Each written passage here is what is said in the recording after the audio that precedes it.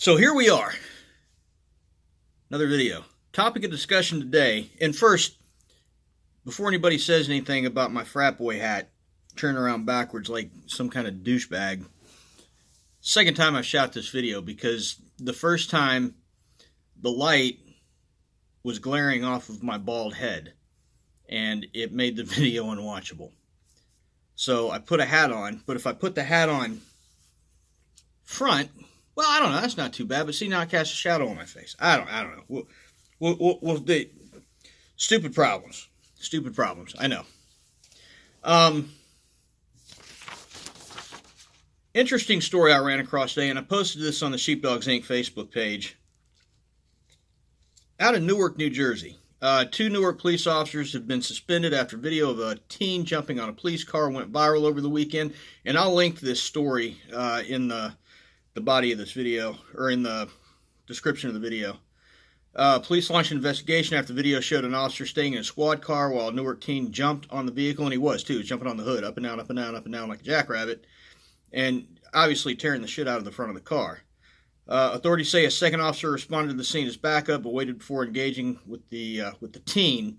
It's funny, they go from calling him a teen to a man in here at some point. 18-year-old, I'm not even going to try this name, has been arrested on 3 charges of criminal mischief. The department says the officers should have stopped the man. There's where we went from teen to man, but instead they did nothing. All officers are trained to respond in various types of situations, including ones where they encounter unstable individuals. These officers instead took no action at all to quell the situation and to aid and subdue the suspect, as they are trained to do. This lack of action could have resulted in the suspect injuring himself as well as other persons or property, Public Safety Director Anthony F. Ambrose said. Some think the officers showed restraint and their actions may have actually helped police defuse the situation. From Ambrose, the majority of the Newark Police Division officers are proud and hardworking. The Newark Police Division and the citizens of Newark deserve better than what was demonstrated by these officers. They had an opportunity and an obligation to help the suspect who was acting irrationally, and they failed to do so. We should not confuse restraint with lack of response. They did not help themselves, and how can we expect them to help the citizens that they serve? The names of the officers haven't been released. I don't expect that they will be. The original, I guess what would be the original reporting officer, 7 months. 7 months of experience. His backup officer's got 10 years. Let me start off by saying I'm not here to armchair quarterback anybody. It's not fair because I wasn't there. I wasn't in that car while the kid was jumping on it. I wasn't the backup officer. I wasn't there. So I'm not going to go out on a limb here and say, well, what you should have done was, because it's almost an impossible thing to do. If you're not there, you don't get to say what you should have done unless it's obviously what you should have done. That all being said, I can see I can see 2 arguments to be made here. One argument is you should have done something right then. Okay, you're sitting in your patrol car and some idiot is jumping up and down on the hood of your car. Now, you're 7 months out of the academy. You're looking around. You've got a maniac jumping around on the hood of your car. There's crowds gathering. Everybody's got a phone out in your grill, or potentially in your grill. What's going through your mind as a rookie officer? Is this bait? Is this guy trying to draw me out of my car? Is he going to shoot me through the windshield? If he's going to shoot me through the windshield and I bail out, is there somebody waiting behind the car to shoot me? Is it a setup, I guess? If I get out of the car and attempt to apprehend this person, there's going to be a fight. No question. There's going to be a fight. Well, I've got a crowd of people around me from the community. Everybody's got their phones out. I don't know who's going to help me and who's not, if anybody's going to help me. But I do know that my ass is going to be on YouTube. So from that standpoint, I can look at that and go, you know what? Fine. Wait for backup. That's reasonable. Officer safety is always first. Well, not always first. Officer safety is first when possible, when practical. The lives and safety of the community that we serve always comes first. So let me make that clear. So again, I can see where you'd be like, man, I'm going to wait for somebody else to get out with me here because I'm not sure what exactly the hell's going on. Nobody covered this in the academy, so I'm not sure what to do. The flip side of that coin is, if you don't do anything, and much like Director Ambrose said here, are you then telling that community that, look, I'm not willing to do anything. This dude's tearing up my patrol car. He's jumping up and down on my patrol car and not willing to do anything about it. I'm not going to engage this guy. So if I call 911 because I got a problem, are you going to show up and not engage? Or are you going to show up at all? It's not an unreasonable thing to think. Perception is reality for most people. What you see is what you perceive to be as the truth, because that's what you're seeing with your little peepers. So I don't think that's an unreasonable thought to have. And you look no further than Facebook to see that perception is reality. Who reads an entire article? Everybody comments on the fucking headline. What they see is what they comment on. So I can see both some hesitation and I can see the need to act. I think both of those things are the glaring issues at hand here. So where do we go from here? Does this warrant a suspension? I don't know. I'm not on the command staff at the Newark PD. So, that's not for me to decide. That's what happened. I can see the point of view of the command element there at the Newark PD. I can also see a point of view where you would want to, kind of chill out. Now, one of the things that in the video segment of this story is they interviewed a community member, one of the community members that was standing around while all this was taking place, and he said, and I'm going to paraphrase here, I was afraid that they were going to shoot the boy or they were going to kill the boy or something along those lines. So I got my phone out and started recording.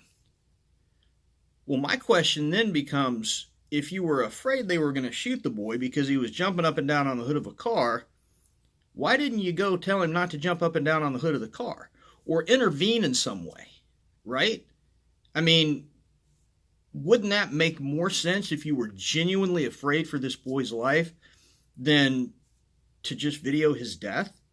And I think what that boils down to is that community member was perfectly okay with sacrificing that young man's life or the life of one of the officers to hopefully get a glimpse of some police brutality that he could put on social media. I think that's all that is.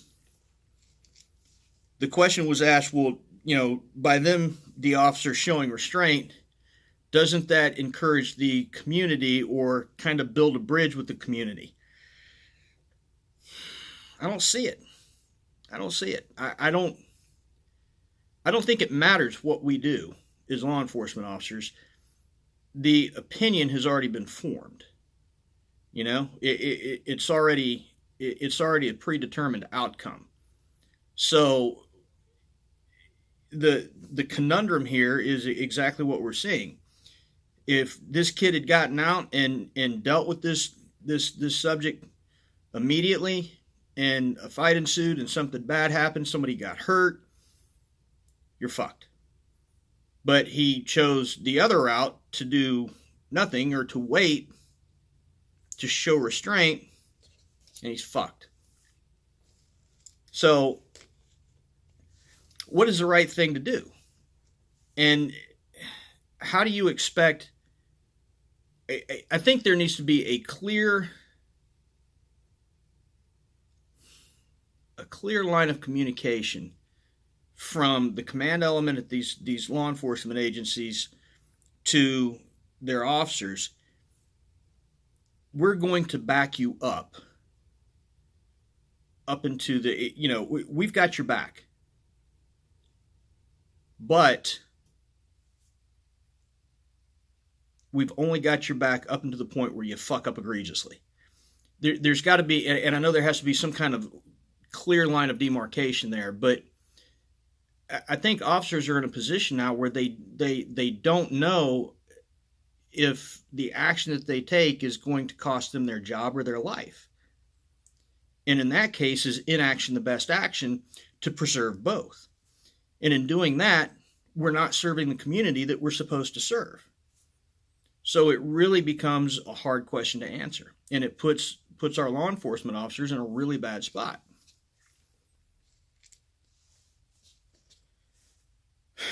That leads me to this.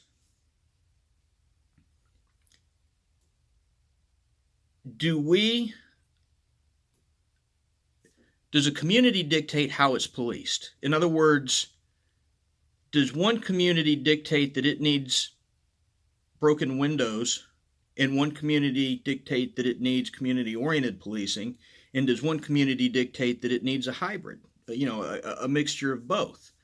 Or is there a blanket way to police everybody? I don't think there is. I believe that a community dictates how it wants to be policed. It's up to that community to say, this is how we as a community, how we as a society within this community are going to act and respond. So this is how we need to be policed. And I think we've all had those, we've all got those places in our beat area where, one of them you're in every hour on the hour because of some bullshit, and another you've been in only because you had to cut through there to get to somewhere else, where there are literally places or roads in this county that I policed for almost 14 years that I never went to. There are streets here that I have never been on because there was never a call.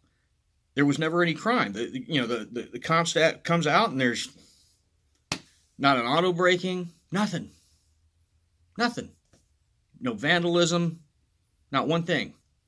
So that area gets policed differently than a place where, maybe every once in a while you get an auto braking and a domestic violence versus a place where it's every damn 15 minutes. So how do you sell that to people that don't understand? How do you sell that to society at large? How do you say, in this situation, in this particular part of Newark, we're going to police that broken windows because we're not going to allow people to come out and jump on the hoods of our car. So starting today, we're going to be down here because you're not going to do us like that, because if you're treating us like that, then how are you treating the other members of your community? So I think that's a reasonable thing to do versus a community over here where you never have anything and you can go over for a community meeting every quarter or every 6 months and say, just want to let you know we're still here, Tell me your thoughts. And I know I've dragged this out for 13 and a half, 14 minutes, but tell me your thoughts. And I don't expect you to tell me that these guys were right or wrong to be suspended. Not my call. If you feel like you've got the answer, let me know what it is. But, put some thought into it and let me know what you think. And I'll post the link here to the original video so you can see the incident itself and kind of draw your own conclusion. Comment in the comment section. Let me know what you think. Share the video. It's a new YouTube channel. Build the followers up and make this a place where we can come and have good conversation. So there's that, and we'll see you soon. Please be safe.